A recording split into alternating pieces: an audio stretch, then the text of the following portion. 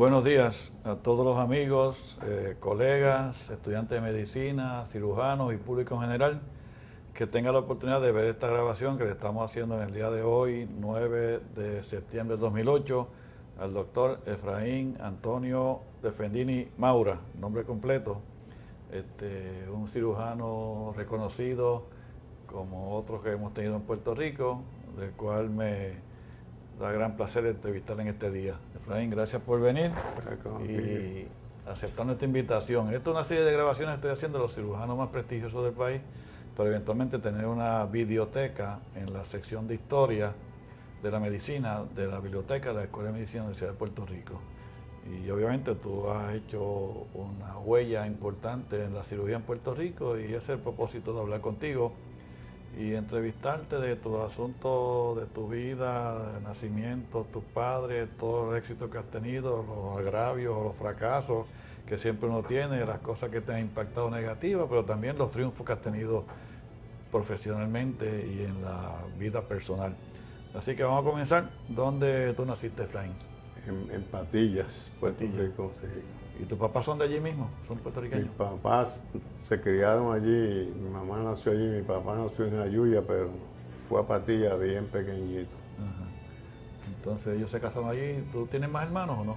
No tengo más hermanos. Eres hijo único, sí. Y entonces, ¿dóde estudiaste? ¿Allí, la escuela primaria? La escuela estuve en Patillas, los primeros grados, como hasta el quinto grado. En el quinto grado mis papás se mudaron a Guayama y entré en el sistema de escuelas públicas de Guayama. Me gradué en la High School de Guayama en el 47. 47 de Escuela Superior Guayama. Y después fuiste a la universidad de dónde? Después fui a la Universidad de Puerto Rico, del 47 al 50. En Río Piedra. Río Piedra, sí. ¿Hiciste bachillerato completo o premédica? Hice premédica, pero tenía un programa bien cargado y después me dieron el bachillerato. Cuando empezaste en medicina te dieron el bachillerato. Sí. Ese era un sistema que se usaba antes. Yo también caí en esa misma. Entonces te graduaste de bachillerato en el 51. Sí, el 51. Sí. ¿Y después qué hiciste?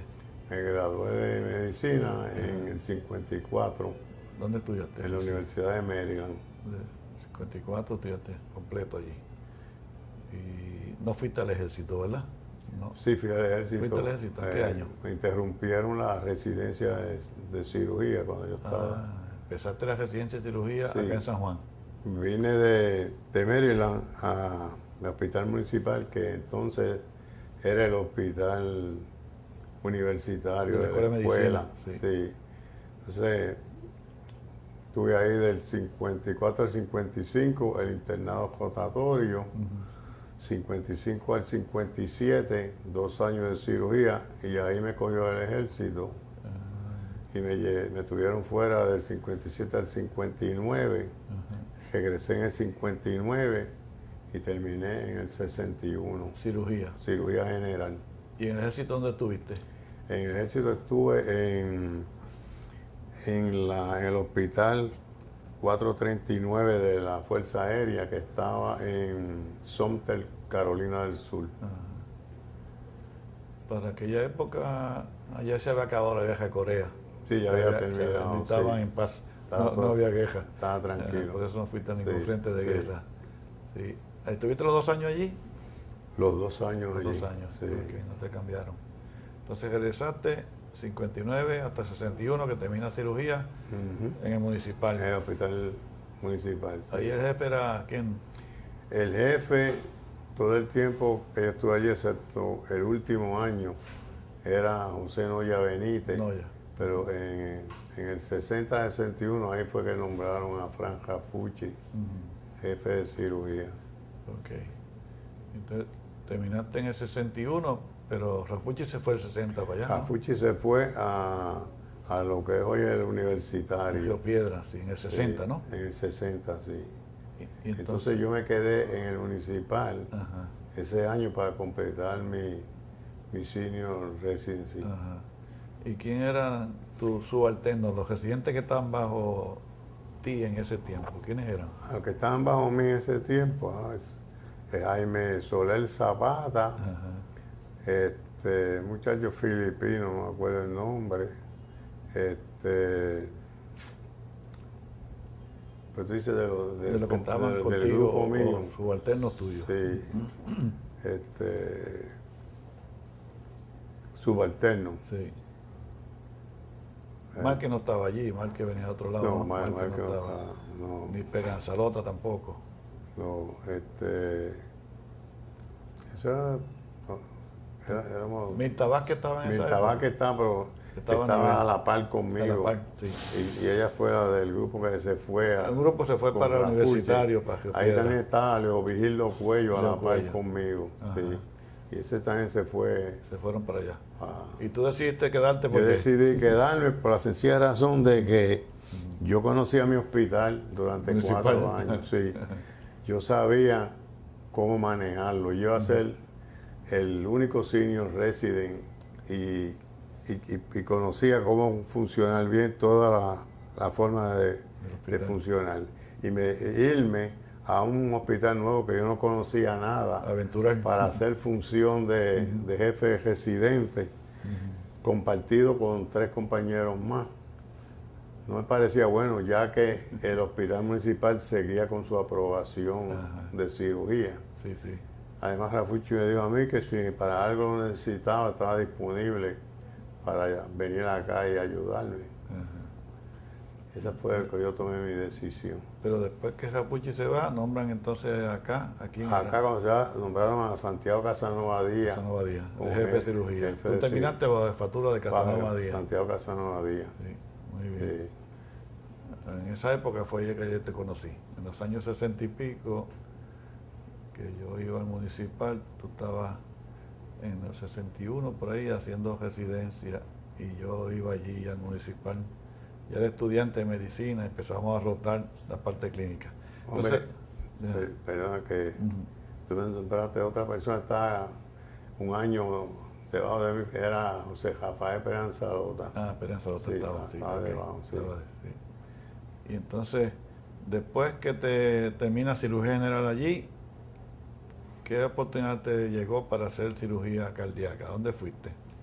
Entonces, como Gumercindo Blanco había sido attending de cirugía general en el municipal, me había conocido durante los 3 años que yo estuve de residente allí, y él estaba de vice-chairman de Hahnemann en el programa de cardiotorácica, que cuando él se fue era bajo Charles P. Bailey, pero ahora el jefe era Henry Nichols. Entonces pues yo llamé a Gómez para decirle que interesaba cardiotorácica, y él me dijo, véngase para acá. Eso fue todo, ni papeles llené.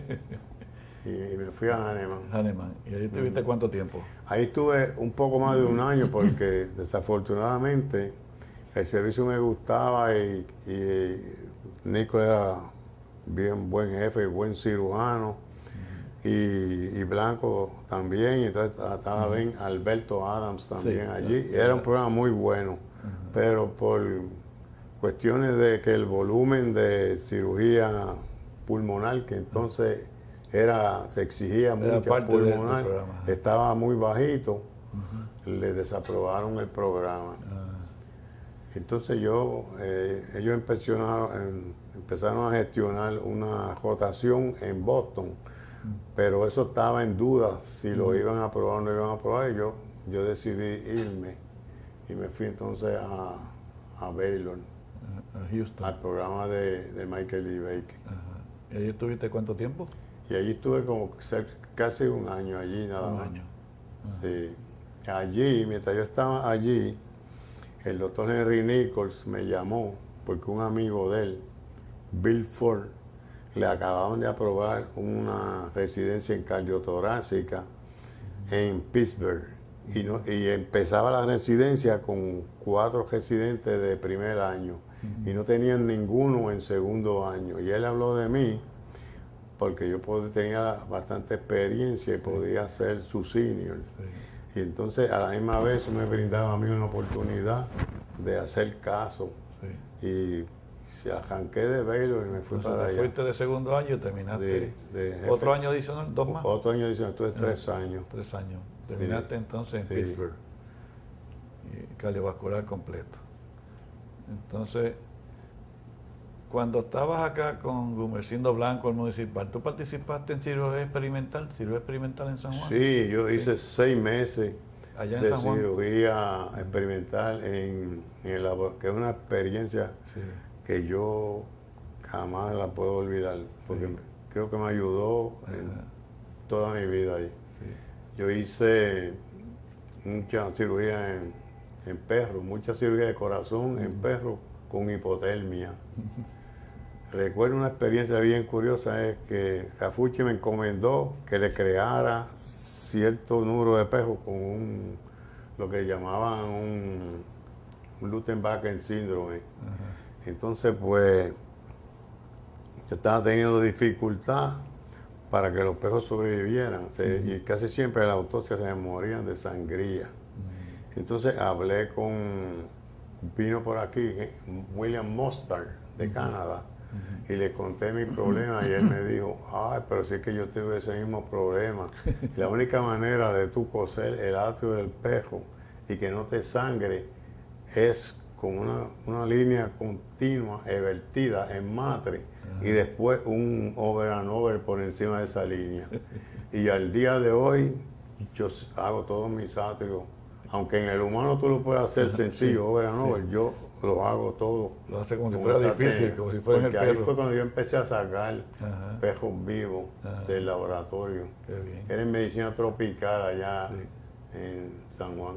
Ahí fue que se describió perfusión retrógrada del seno coronariano, ¿no? Sí, que fue Gumersindo Blanco y Adams. Y también ellos hicieron un perro que le hicieron trasplante de heart and lungs. Sí, el corazón. Y el perro duró más de 24 horas. Y ahí también describieron anastomosis de la mamaria interna a la coronaria con el corazón latiendo. Ese tío yo no me acuerdo de eso. Ese lo describieron, lo publicaron. También, Lo publicaron. Que es lo que se hace ahora también, de hacer las coronarias. El reverse. Perfusion to the coronary sign lo hicieron ahí. Y eso estuvo dormido en la literatura por años, hasta que en los años 80 y pico entonces resurgió, ¿verdad? Y ahora se usa. Y todavía se sigue usando. Ahora se usa. Tuvo una época en que todo el mundo quería y lo usaba mucho. Todavía se usa. Sí. Interesante, las cosas se publican y no se dan cuenta que están por ahí.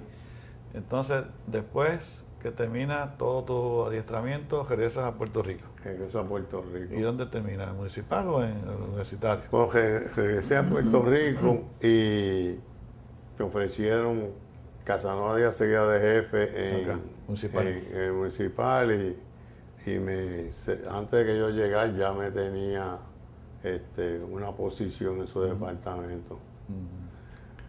¿Te puedo abundar sobre eso? Cuando llego a Puerto Rico me encuentro que no hay sitio donde uno trabajar cirugía cardíaca. El jefe allá de piso me llamó, vente conmigo y olvídate de eso, que eso es bien difícil empezar un programa. Cafucci y Leo Pello habían hecho una serie de casos abiertos en universitarios, pero hicieron el número de casos y el servicio se paralizó y no pudieron seguir. Yo traté en hospitales privados, los caminé todos y ninguno tenía interés. Ellos entendían que cirugía de corazón abierto era algo muy complejo para que eso tenía que hacerlo en los grandes centros en Estados Unidos. Y no conseguía posibilidades. Luego, pues, en el 67, 3 años después que yo llegué, seguí hasta que logré comenzar algo en el hospital municipal. Y tuve yo que comprar los equipos porque tampoco me lo proveían. Y ahí empezamos un servicio en el municipal. Ese servicio del municipal, luego cuando Víctor Gutiérrez Franqui fue jefe de cirugía, me llamó para ver si se podía combinar con el del universitario, Lo combinamos con el universitario y con el volumen de ambos casos solicitamos una aprobación de una residencia en cardiotorácica. Yo tuve 2 residentes. Y nos la aprobaron y fue la primera residencia cardiotorácica fuera de Continental USA, aprobada por el American Board of Surgery. Unos pocos años después, por cuestiones que no sé, yo creo que más un factor político que otra cosa, se separaron los dos servicios. De nuevo. Otra vez, municipal y universitario. Ya el volumen bajaba mucho y a la misma vez ya había surgido en Estados Unidos la cirugía de coronarias y nosotros no teníamos eso disponible porque no tenían facilidades de diagnóstico. Que da pena decirte que el equipo más moderno para visualizar las coronarias estaba aquí en Puerto Rico, de la casa Siemens, y tuvo 5 años en los pasillos entre ASEM y el pediátrico, en cajas, esperando en un sitio donde lo pudieran colocar para poder hacer los estudios. Como eso no se daba, yo me vi obligado, antes de que desaprobaran la residencia, a pedir que la dejaran en suspenso. Y la dejaron en suspenso y como 1 año o 2 más tarde, Norman Maldonado cogió la agenda y luchó y colocó ese equipo en el hospital pediátrico. Y ahí fue el punto clave, porque junto con eso llega aquí Pablo Iván Altieri. Y Pablo Iván Altieri yo lo considero el padre de la cardiología moderna en Puerto Rico, porque no había nadie que le dedicara la vida al laboratorio. Todos los intervencionistas eran más clínicos que otra cosa. Y Altieri se metió en ese laboratorio a cateterizar y a cateterizar. Y los problemas que habían de cuando el equipo se salía de condiciones óptimas, él logró contratar con su propio dinero que generaba su departamento al ingeniero Guerra, que también fue una piedra angular en el desarrollo de esto, porque Guerra mantuvo ese laboratorio, nunca se paraba más de unas horas. Con ese laboratorio y Altieri cateterizando, que cogió 2 de sus fellows que terminaron, que fueron Martínez Toro y Héctor Banch, y entre los 3 lograron un volumen inmenso de casos. Y se da la suerte que con eso además se logra, con Gumercindo Blanco ya en la jefatura, de conseguir unos dineros del gobierno para crear un intensivo cardiotorácico en el hospital pediátrico y a la misma vez unas salas adicionales en ASEM con un presupuesto separado, con un personal aparte y todo aparte, donde trabajábamos 7-3 y 3-11 electivos y 11-7 las emergencias aparte de ASEM. Y logramos durante varios años hacer más de 400 casos de corazón abierto por año, más las otras cirugías. Yo diría que eso fue el núcleo para comenzar a crecer de ahí en adelante. Y en ese programa de cardiovascular, ¿se graduaron residentes? Se graduaron 2 residentes, Rafael Brito y Enrique Márquez. Márquez era cirujano general y había hecho pediatría. Márquez era general y pediátrico y tenía mucha experiencia cardiotorácica, pero no tenía los papeles y logró sus papeles en ese programa. Muy bien. Y eso ya llegamos hasta... Ahí estamos hablando ya... 69, por ahí se de los 70 y pico, por ahí. Sí, siendo Blanco fue jefe hasta los 83, por ahí. Sí. Y entonces, después que con Leo Cuello, ¿cuál fue la interacción con el centro médico? Leo Cuello estaba Leo Cuello, cuando yo llegué ya se había ido. Los Cuellos había estado con Rafucci Universitario y entre ellos dos lucharon y lograron un laboratorio y hicieron creo que 60 y pico de casos, pero que con interrupciones por los problemas de laboratorio y los problemas de tener personas que se dedicaran al laboratorio como tal para producirle casos, para diagnosticar los pacientes correctamente. Sí, pero estaba detenido. Cuando yo llegué no había donde yo trabajar. Los Cuellos se fue en el 67 de Puerto Rico. 67, se fue para San Antonio, Texas, y se quedó por allá. Hasta que falleció recientemente, tú sabes que murió ahora en mayo del 2008. Y entonces, en ese tiempo, tú estabas entonces también de facultativo en la Escuela de Medicina, ¿no? Cuando mi nombramiento era del municipal, pero cuando se combinó el servicio y luego el municipal se separó, Pito Gutiérrez me consiguió un nombramiento en la escuela. ¿Y te quedaste en la escuela hasta ahora? Y me quedé en la escuela hasta el día de hoy. Hasta el día de hoy, sí. Eso fue en los años 70, porque empezó en el 69 de jefe hasta el 76, por ahí se quita. Después vino Don Ercindo Blanco. Y entonces de ahí en adelante estabas trabajando en el centro, la unidad cardiovascular del Centro Médico de Puerto Rico, de ASEM. Exacto. ¿Y eso cómo funcionaba? ¿Estaba bien o tenía problemas? ¿Cómo estaba? Con nosotros estábamos, que en las facilidades nuestras funcionaban esas operaciones bien, pues estábamos separados y teníamos un presupuesto bueno. Y funcionaba bien y el intensivo funcionaba bien y teníamos bastantes camas. Teníamos un embudo en universitario, que no habían suficientes camas para trasladar a los pacientes después de operados. Y ahí era nuestro embudo mayor. En ese entonces vinieron gente del hospital de veteranos, porque ya Gómez se había ido de veterano y salió a la luz pública unos problemas de veteranos y estaban buscando quién le hiciera la cirugía. Hicieron un acercamiento a través de la escuela para que el servicio nuestro se encargara de los veteranos, a lo cual yo me negué y les expliqué que yo no podía aceptar esa responsabilidad porque el servicio nuestro escasamente podía atender las necesidades de los pacientes de responsabilidad del Estado. Y no se podía. No podía crecer mucho más que eso. Sí. Y con Don Gómez las relaciones siempre fueron muy buenas, ¿no? Excelente. Don Gómez era una persona exquisita como individuo, ¿no? Y como cirujano. Él también participó en veteranos, porque él operaba en veteranos.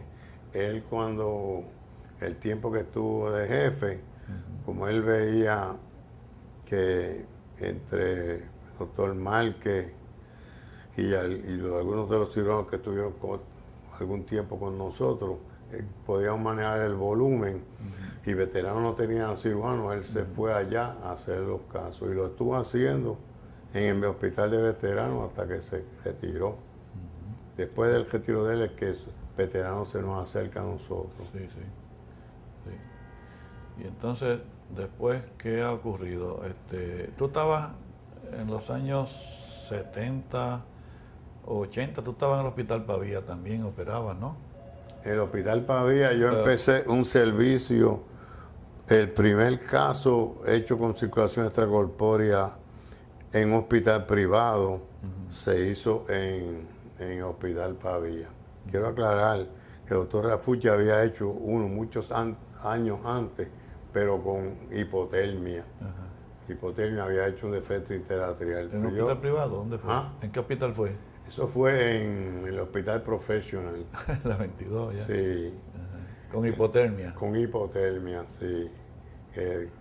Un defecto interatrial, que es un defecto interatrial que es de los más sencillos, ¿no? Sí, más sencillo, pero había que ser bien valiente porque él lo enfriaba a 28 grados y eso es lo que te da 7, 8, a máximo 9 minutos para resolver el problema.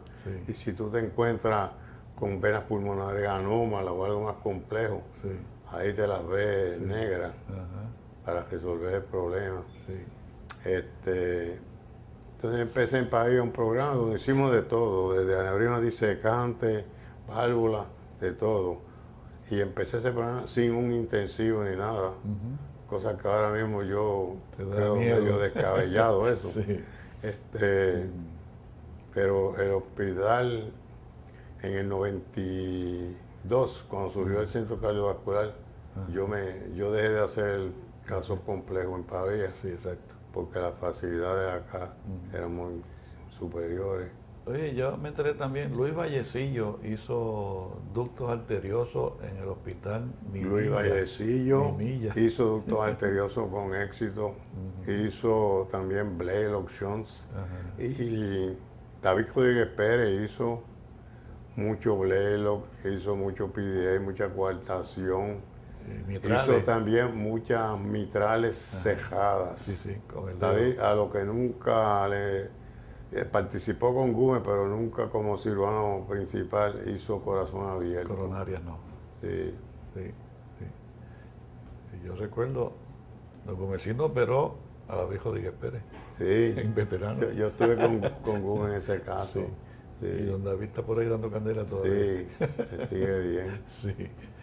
Muy bien, entonces después, pero hay una historia por ahí que yo quiero confirmar contigo sobre el Centro Cardiovascular de Puerto Rico del Caribe, porque yo recuerdo que la madre de Rafael Hernández Colón fue gobernador de Puerto Rico en 3 términos, estuvo hospitalizada en Pavía en intensivo, y tú la ibas a ver y ella tenía su médico primario y sus cardiólogos.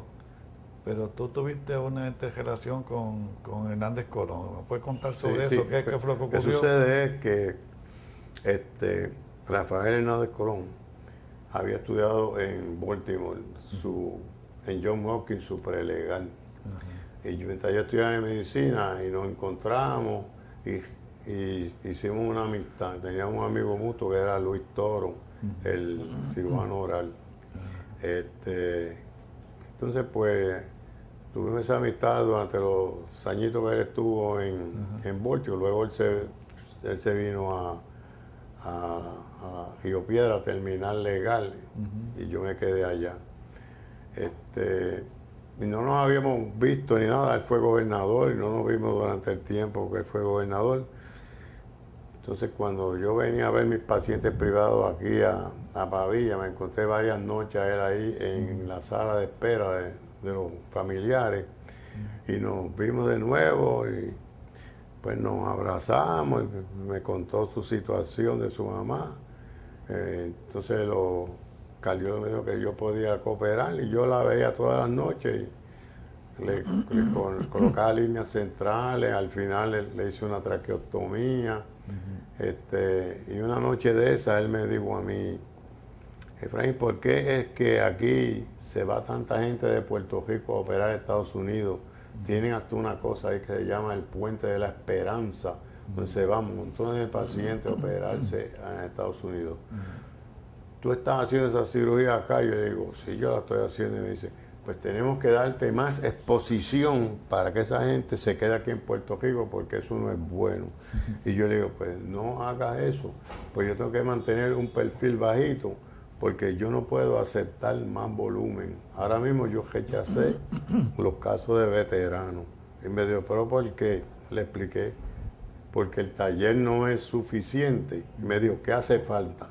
Y yo le dije, aquí hay 2 maneras de resolver este problema. O se hace una torre bien grande al lado de uno de los hospitales nuestros, o se hace un hospital aparte para cardiovascular, como hay ya 4 o 5 en el mundo. Y entonces me dijo, si yo salgo electo gobernador, eso va a ser un hecho. Vamos a tener un centro cardiovascular a la par de los mejores del mundo. Yo dejé así, yo digo, bueno, cuando salió electo gobernador, en su mensaje inaugural, él dijo, y me comprometí a tener en Puerto Rico un centro cardiovascular a la par de los mejores del mundo. Y yo dije, ahora sí que eso es un hecho, porque eso es un compromiso ante Eso el fue pueblo. Cuando ganó el 84. Cuando ganó en el 88. 88. Sí. Perdona, en 84. En 84. Sí, el segundo término de él, pero yo tuvo 8 años cogido. Y ahí él nombró un comité le encargó perdona, ¿cómo es? Secretario de Salud, Izquierdo Mora. A Luis Izquierdo Mora, para que se encargue de eso. Luis Izquierdo nombró un comité y seleccionó al doctor García Palmieri para que fuera el presidente del comité. Y García Palmieri hizo una labor extraordinaria y durante, yo creo que fue 2 años, no sé si fueron 3 años, se estuvo trabajando en ese comité con la ayuda de muchas personas que nos ayudaron y se establecieron cuáles eran las necesidades de Puerto Rico y se planificó el centro cardiovascular. Y se inauguró en agosto 18 del 92. Sí. Agosto 18 o 23, no estoy seguro. Del 92. Del 92. En esas elecciones él cambia, entonces entra Rosselló en 93. Así fue la cosa. Pero para esa época también ya estaban surgiendo otros centros cardiovasculares privados. Cuando ya, como pasa aquí en Puerto Rico, primero nadie tenía interés en establecer un centro de cirugía de corazón abierto. Cuando ya está el centro cardiovascular dispuesto a abrir, unos meses antes abre el San Pablo, se le dio el permiso para que abriera allí. Y poco después, Pavía mejoró su facilidad cuando lo compraron los americanos. Exactamente, y estableció otro centro, y ahora el Auxilio también tiene otro centro, San Lucas en Ponce, Damas en Ponce, y ahora tenemos centros en muchos sitios. Ahora hay como 5, ¿no? Ahora hay Pavía, San Pablo, Damas, San Lucas, 5. El cardiovascular, 5 centros. Y Auxilio, 6. 5 6 privados y el Centro Cardiovascular de Puerto Rico, el Caribe. Y fíjate, hay volumen para todos, ¿no? Porque están funcionando más o menos, no tendrán volumen muy grande algunos de ellos, pero el cardiovascular sí que tiene volumen, ¿no? Sigue con volumen alto, sí. Tiene mucho, y allí hay cuántos cardiovasculares. Ahí somos 10 cirujanos y 50 cardiólogos. 50 cardiólogos allí. ¿Cuántas salas de operaciones tienen abiertas? 6 salas de operaciones. 6 salas completas todos los días. Sí. Hay que hacer los trasplantes también. Se hace mucho más de 2.000 casos al año abiertos. Y las facilidades son excelentes, digo, desde el punto de vista físico y de salas de operaciones son extraordinarias, ¿no?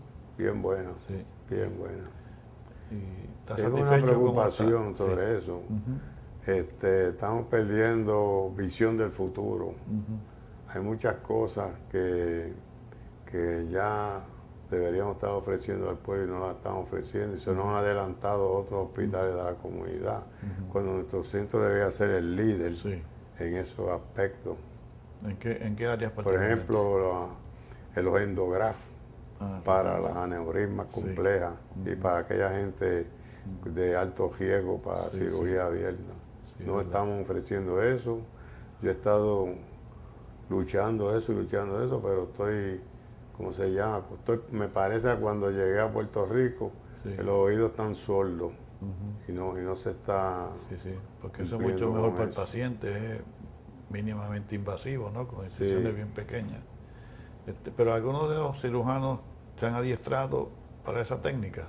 ¿Cómo es? Algunos cirujanos de ustedes, de cardiovascular, se han adiestrado para técnica esta endovascular. Bueno, déjame decirte, los requisitos para hacer esa cirugía no son grandes. Y el que tiene ya el conocimiento del problema, conoce la enfermedad, en poco tiempo lo puede dominar.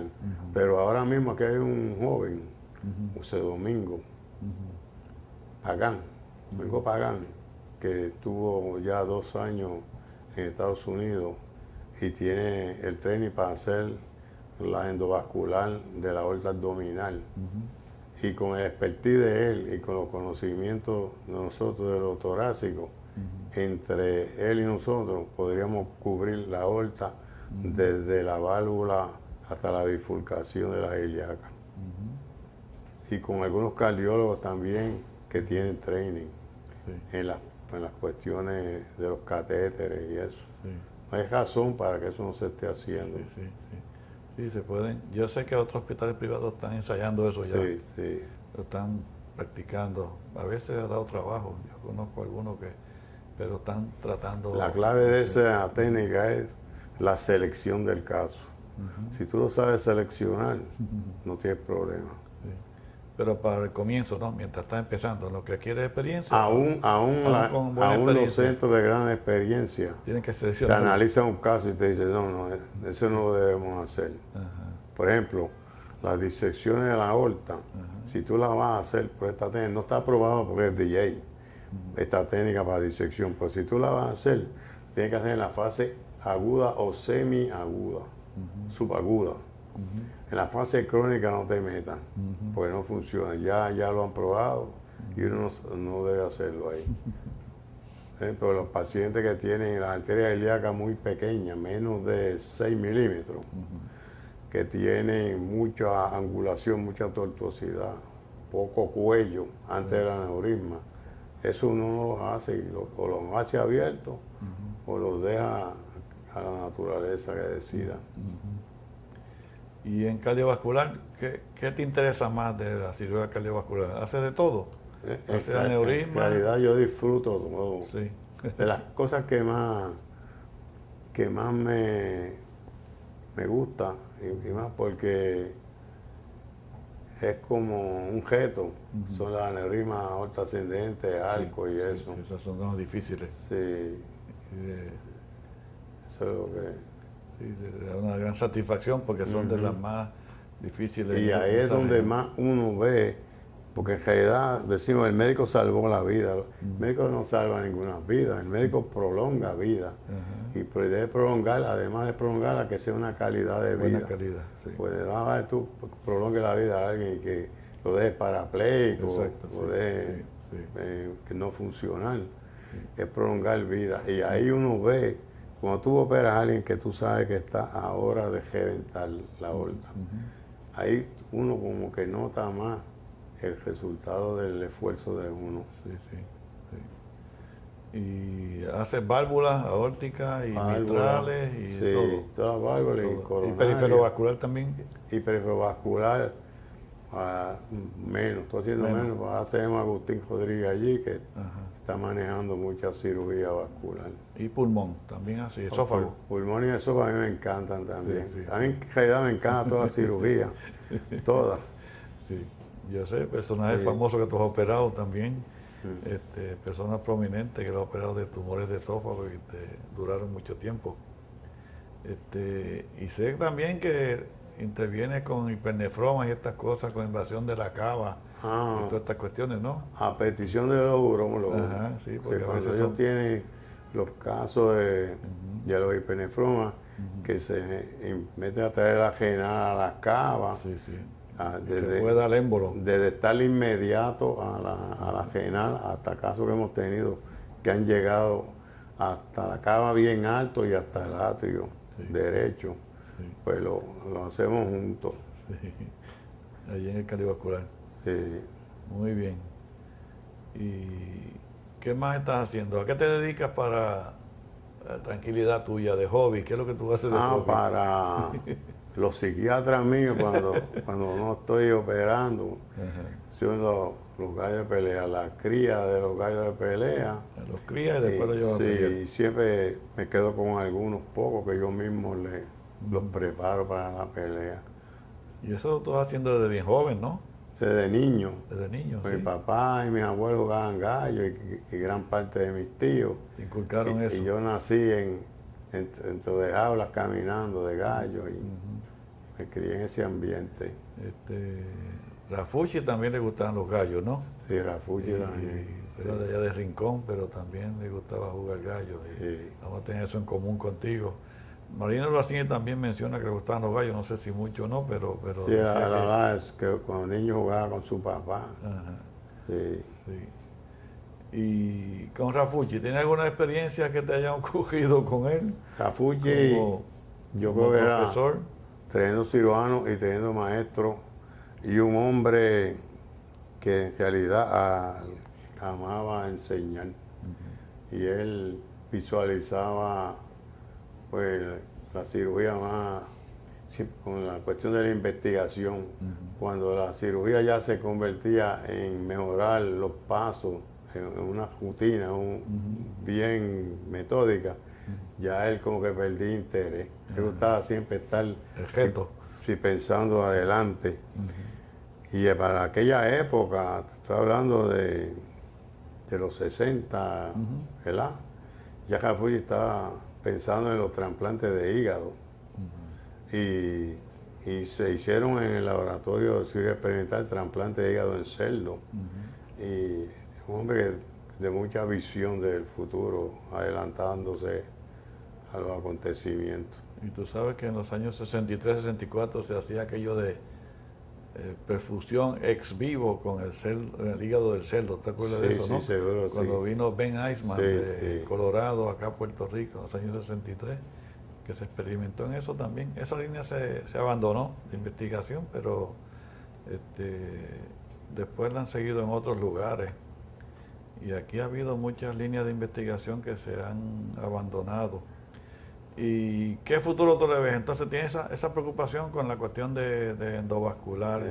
Pero aparte de eso, el centro está funcionando perfectamente. Aparte de eso, está funcionando bien. Falta, aspecto de adelantarnos y estar a la par en la tecnología con los grandes centros. Pero en términos generales, en la cardiotorácica, no sé, se ha enterado que hay una disminución de las aplicaciones de la juventud para la residencia cardiotorácica. Las residencias no están llenando las plazas, están bien por debajo de los números. Y esto se debe a que se visualiza cada día más invasión, más métodos endovasculares que están pasando de la mano del campo quirúrgico a la mano de cardiología y otras especialidades. Invasivo, están poniendo mallas, stent, estas cosas. Y el número de la cirugía ha ido bajando. Igual pasa en otras disciplinas.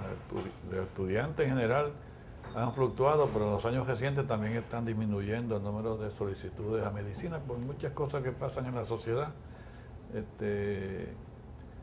Y en Puerto Rico pues no tenemos residencia en cardiovascular, pero hay suficientes cirujanos adiestrados en Estados Unidos, ¿no?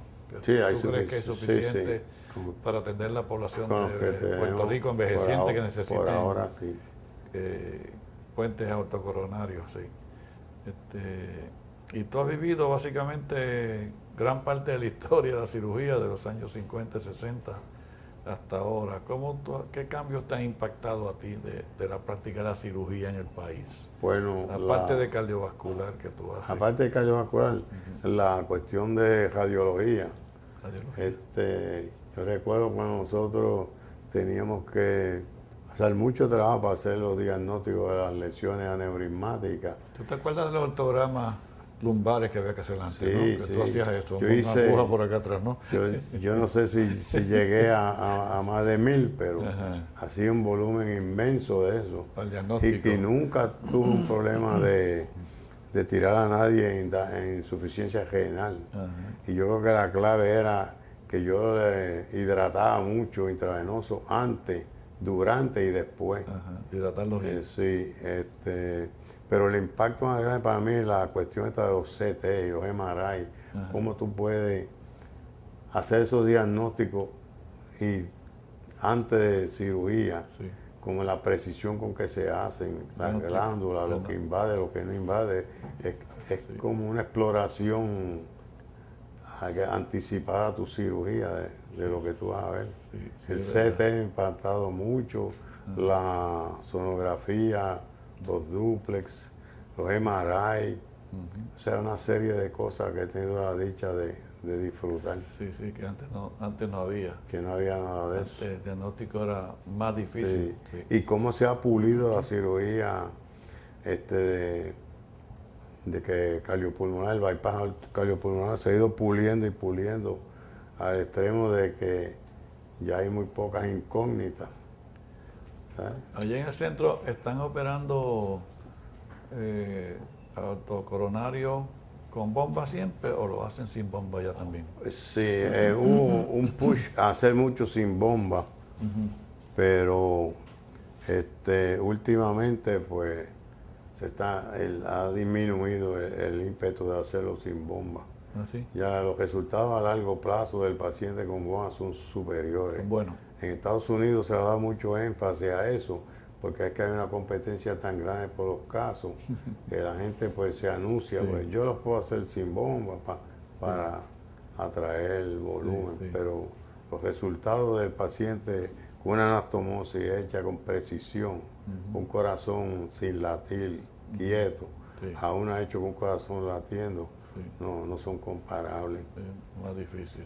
Y como te dije, esa técnica la describió aquí un técnico en el cirugía experimental con don Gumersindo Blanco y Alberto Adams. Y don Gumersindo me relató cómo fue esa historia de hacer una anastomosis entre la mamaria interna y la coronaria con el corazón latiendo. Y el técnico del laboratorio fue que diseñó eso. Y lo publicaron y todo, fíjate. Y eso se quedó también ahí dormido por muchos años, hasta que ahora se revive de nuevo a hacerlo así. Y veo que tú tienes muchísimas publicaciones, ¿no? ¿Cuál es el tema que más estás interesado en publicar? Tú hacías hipertensión portal, hacías portocave y estas cosas. Yo hice unos cuantos casos de eso, pero nunca fue algo que me atrajo mucho. Nunca fue, Sí, los resultados son malos muchas veces a largo plazo. Sí. Y una cirugía bien exigente. Nosotros a Fuchi le gustaba mucho eso, hicimos mucho plenorrenales y portocavales, pero eran pacientes de esquistosomiasis. Y esos pacientes responden mucho mejor que los otros. Sí, los otros son cirróticos o alcohólicos o lo que sea, los resultados son muy buenos. Entonces, desde el punto de vista de tu salud, ¿estás bien? Sí, bien, gracias. No tienes ningún problema de salud, ¿te sientes bien? Que conozca. Todavía estás operando, a la edad actual sigue operando todos los días y mucho, ¿no? Estoy operando 3 días en semana. 3 días. Uno lo coge para organizarme y otro de oficina.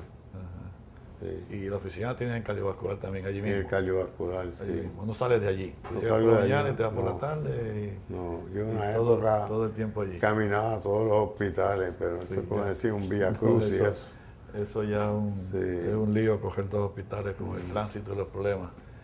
Y desde el punto de vista familiar que se nos quedó, ¿cuántos hijos tú tienes?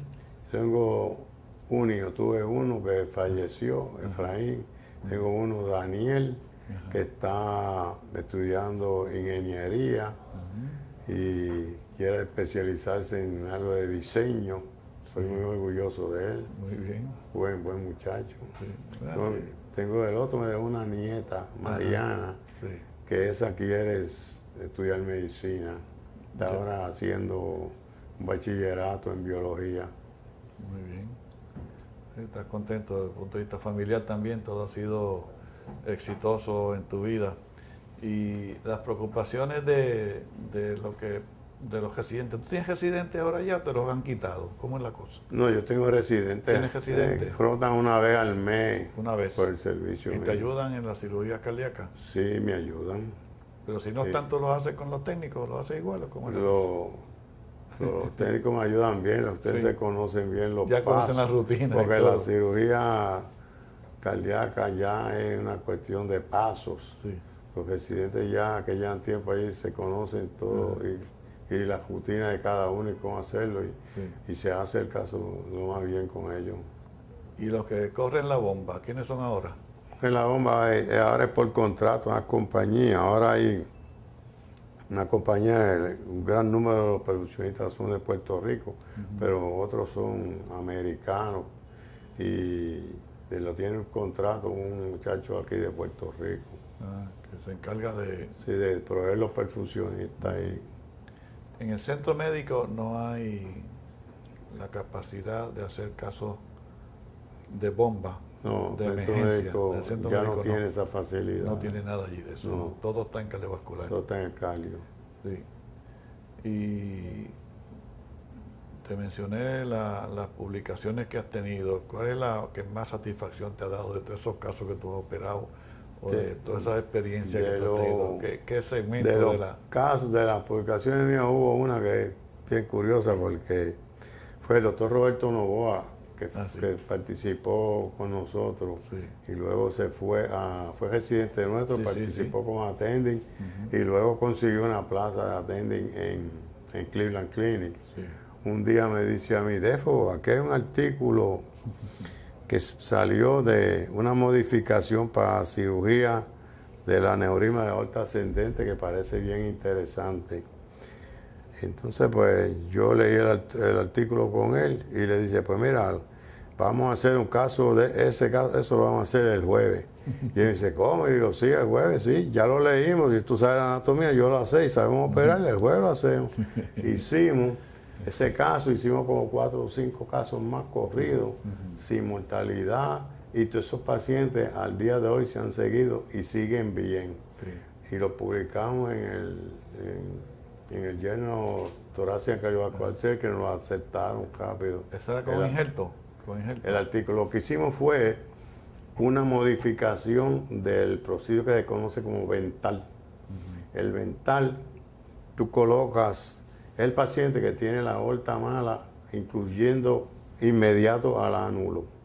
Y si tú dejas un pedazo de esa aorta enferma, a los 4 o 5 años tienen otra vez un aneurisma. Entonces se recomienda colocar la válvula con un graft al ánulo. Entonces las coronarias quedan fuera. Y la alternativa es colocar la coronaria como una tapa al injerto. Y esa técnica es buena, esa es la vental. Pero a los 2 o 3 años muchos de esos pacientes desarrollan una aneurisma de la coronaria izquierda. Entonces, un cirujano francés de nombre Cabrol publicó una técnica donde uno usa un graft como intermediario entre las coronarias y lo lleva al conduit.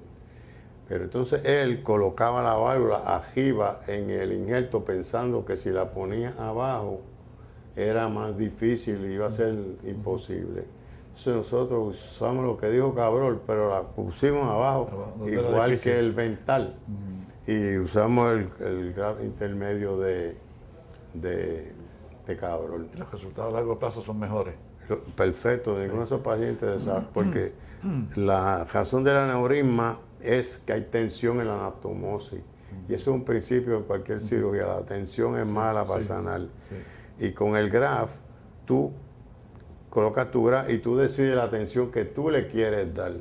Entonces, al no haber tensión, esos pacientes no te desarrollan pseudoaneurisma. ¿Y de Marfan? ¿Has hecho muchos también? Marfan, muchos casos de Marfan. Hemos operado mucho. Eso hay que poner el injerto, ¿no? Sí, sí. Siempre hay que poner el injerto. Siempre hay que poner. Todo lo que esté dilatado tienes que eliminar. No puedes poner a todo, pero lo que esté dilatado lo eliminas. Porque es una pared enferma y con el tiempo van a dar problemas. Y la cuestión que mencionaste de los cardiólogos invasivos, ¿ha reducido realmente los casos que llegan a ustedes cirujanos para operar? El poner stents, mallitas estas a las coronarias, ¿le ha reducido el volumen a ustedes significativamente? Sí, eso ha bajado considerablemente. ¿Ha bajado? Sí, mucho. Y es en todos los centros, ¿no? En Estados Unidos. En todos sitios, eso es mundial.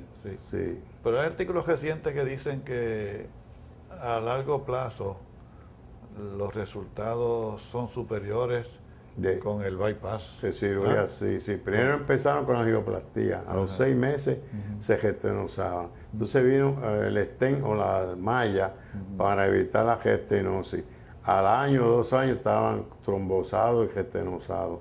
Entonces vinieron los stents medicados para evitar la gestenosis. Y ya están encontrando que los stents medicados están dando problemas también. O sea que posiblemente regresar a hacer coronary bypass con yo no creo, yo creo que va a venir. Ahora ellos están hablando de unos sistemas de stents que se absorbe el material. Yo creo que eso está para quedarse y que va a seguir siendo, va a mantener siempre un volumen grande de pacientes con la dilatación y los stents. Y eventualmente van a conseguir la forma de que no se gestenosen. Sí. Eso de nuevo un trabajo de investigación para evitar la otra operación. Sí. Bueno, Efraín, pues se nos ha acabado el tiempo y gracias por estar aquí con nosotros un ratito y espero que siga disfrutando de buena salud y laborando por la gente que tú atiendes allí en el Centro Cardiovascular. Y la idea de crear el centro pues fue grandiosa, aunque hubo oposición y yo fui uno de los opositores, pero eso estaba allí. Yo creía que iba a causar problemas económicos, pero los problemas se han resuelto. Hay económicos todavía, yo creo, del pagar la renta y todas las cosas que se llevaba, que eran varios millones, pero ha sobrevivido. Yo creo que lo que recuerdo de ti es tu preocupación por la residencia, cómo podía afectar a la residencia. Pero estamos, ha sido exitoso y la planta es majestuosa, así que aquello es una cosa fantástica. Gracias por venir. Un placer. Nos vemos, cómo no. Bien.